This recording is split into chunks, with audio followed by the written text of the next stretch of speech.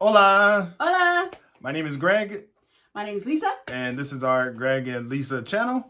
And we have a video today about recommendations of things to watch. So these are things that we've watched or either we want to watch more of.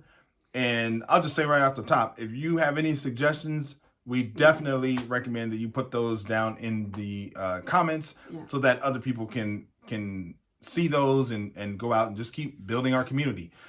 So this video is pretty much going to be Lisa's video because I've been pretty stringent on trying to do the dreaming Spanish way, which I don't know if that's good or bad. That's just the way my mind works. So I really haven't watched very many things outside of the Dreaming Spanish platform. So I'm just going to start and just kind of talk about the couple things that I've watched. And then I'm just going to sit here and watch Lisa and, and see what she has to share. But anyway, so what I've watched is I've watched a series on Netflix called Velvet. And I know Lisa has watched that too, and she'll talk about that. I think that series is awesome. It's just great. It almost makes me want to just go back and live in that time and wish that I was someone working there. You have to watch it and you'll understand what I mean. Yeah. So I also obviously watch Dreaming Spanish. I probably should have started with that one, but I do watch Dreaming Spanish as much as possible. I've watched a couple of episodes of Cable Girls. That's another Netflix series. I watched Elite or Elite, and Lisa, I'm sure, will talk a little more about that. I don't know if you knew this, but Alma actually has a channel. Yeah. So I watched all of her videos. I wish she had more, but I think she stopped making them once she went to Dreaming Spanish. So you can check out her channel as well. Mm-hmm. And there's Espanol con Gouda. So Gouda, sorry. And I've only watched like one or two of her videos, but that's someone who I definitely want to follow. And Maria Espanol. So that's pretty much it. Those are my recommendations, and you can hopefully go check them out, and hopefully you enjoy them. So I'll just kind of turn it over to you. Okay. So, yeah. So I watch a lot more because I get bored, I guess, a little easier, or I'm okay with going away from the Dreaming Spanish platform.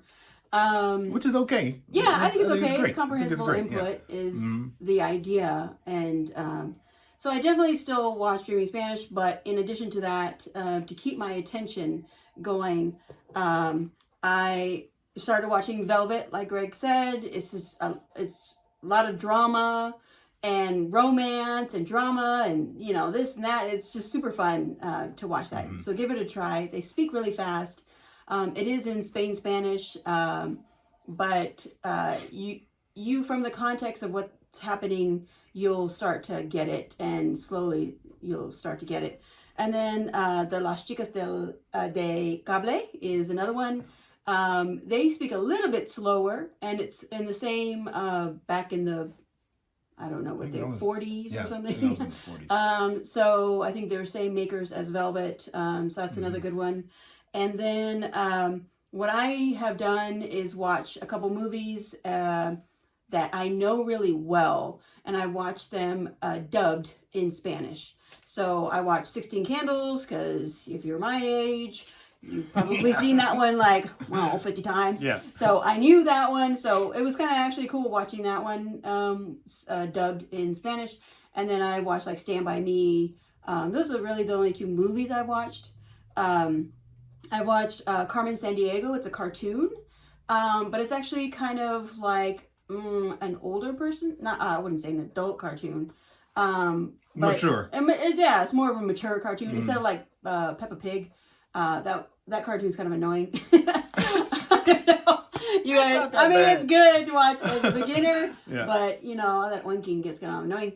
But Carmen Sandiego is a cute one, and they're only about 20-30 minutes long. And then Elite, like Greg mentioned, it is a little bit they use a lot of more like I don't know if the word is colloquial, but where it's just more day to day, like because they're high school kids, I think, and so they're using words like tío, which means like friend, I think, in their slang. So they speak pretty fast, but you can tell it's such a good show. So I'm really trying to stick with that one to find out who done it, kind of thing. Yeah, I on that one I was watching a couple episodes, but I think it is a little more difficult, so I just kind of have given that one a break for a little bit. Yeah, the storyline is really good. So if you can kind of hang tight with it and find out, at least for the season 1, I don't know what it's a really popular show, at least in Spain. And then I watched Maria Espanol along with Greg, and she's actually really, really good. A lot of these are in Spain Spanish. So if you do have recommendations for others who are trying to learn Latin Spanish, put them in the comments, because we are watching a lot of Spain because that's where we're going. Espanol con Juan, everybody loves him, everybody knows him. He's one of those people that now that we're in the close to 400 hours, he's easier to understand. He is a little hard to understand if you're more of a beginner. So just consider that. And sometimes in small doses he gets kind of like, he's really sporadic, and crazy, but he's actually super funny. So give him a chance and try to watch some Dreaming Spanish and then come back to him. If you find him a little overwhelming or hard to understand, come back to him. He's worth it coming back to. Yeah, I think it's interesting because I actually watched him twice. So the first time it was a little confusing, and not confusing. I just didn't understand as much. I think I watched it early on in my journey, and then I just watched it here recently, and I still didn't really. I'll put it this way: I've stopped watching it. So, and I'll probably watch it again at some point, but I didn't find him interesting for what I was needing. So it's just different perspective. Yeah, different perspective. Yeah. I watched a little bit of Spanish conversations with Olga and Miguel. Miguel's from Spain. Olga is Russian, and she learned Spanish, but it's amazing how well she speaks it. And they have conversations with each other. So that might interest you if you want to hear conversations between a husband and wife. And they're just random conversations. They make them up. So they're like stories. So that one's good. And then, the Extra, it's called Extra en Espanol. So it's from a YouTube channel called Spanish Thailand. So you're going to have to search it in there. But if you just type in Extra en Espanol, there's like 8 episodes. It's cute. There's funny stories, funny characters. And it's based out in Barcelona, though, so they will have that Barcelona accent.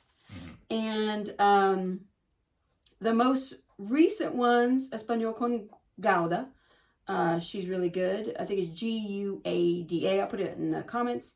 And what I started doing recently is, and I just want to throw this out there for you guys, is to really focus, if you're like me, where you like to do more than one thing at a time.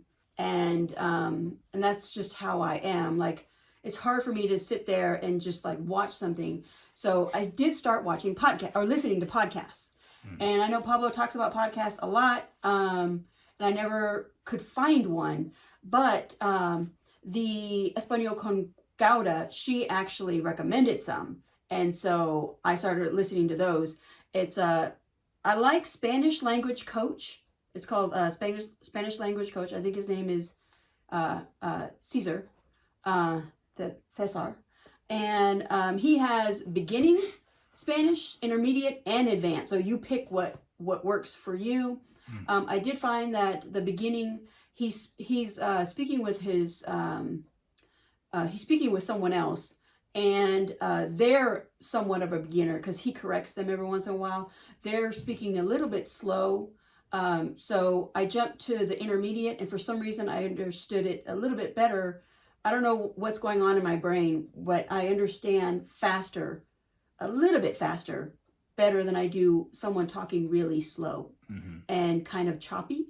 But he's actually really good. And I listen to him while I'm making dinner, while I'm, I could even just be stretching and, doing something else. So I really like podcasts. I'm getting a lot of time in because I get to do something else. But you have to do something that's kind of mundane, like that you already know how to do it so that you can actually be listening. And then I also like, and this is again for us Southern Spanish people, Southern Spain Spanish, there's Andalusian Spanish on the go. And these people actually also have YouTube channels. If you want to just go, the Spanish Language Coach has a YouTube channel or a podcast, and the Andalusian Spanish on the go also has a YouTube channel, or they're just on podcast. And again, those are just, for me, I just am finding that it's kind of a new area for me, or maybe it's just that I'm understanding more at this point that I can actually just hear and not watch somebody's mouth moving. So, and do mundane things. So I can actually hear it and understand it. So, okay. I think that is it. But I do recommend movies that you've seen over and over. Try to see if, not all movies do this, but if you just check on Netflix and you can sub it in Spanish. Sometimes it's just Latin American Spanish, but whatever.